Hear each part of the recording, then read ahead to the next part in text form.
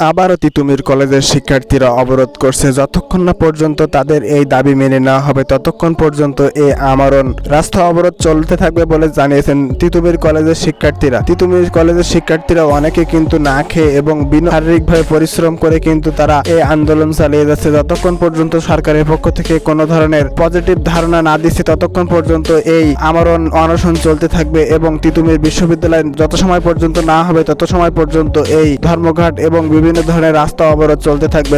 সাধারণ শিক্ষার্থীরা এবং সাধারণ মানুষের ভোগান্তির জন্য বেড়েই চলেছে ঢাকা রাজপথে। প্রিয় দর্শক বন্ধুরা, এখানে যারা বিশ্ব ইজতেমায় যাওয়ার জন্য প্রস্তুতি নিয়ে এসেছে তাদেরকে শুধুমাত্র ছাড়া হচ্ছে এবং বাদবাকি সাধারণ জনগণ চাকরিজীবী কাউকে কিন্তু কোনো ধরনের সাধারণ পরিবহন এবং সাধারণ বাইককে যেতে দেওয়া হচ্ছে না। এই রাস্তাকে পরিপূর্ণভাবে ব্লক করা হয়েছে বলে জানা যায়।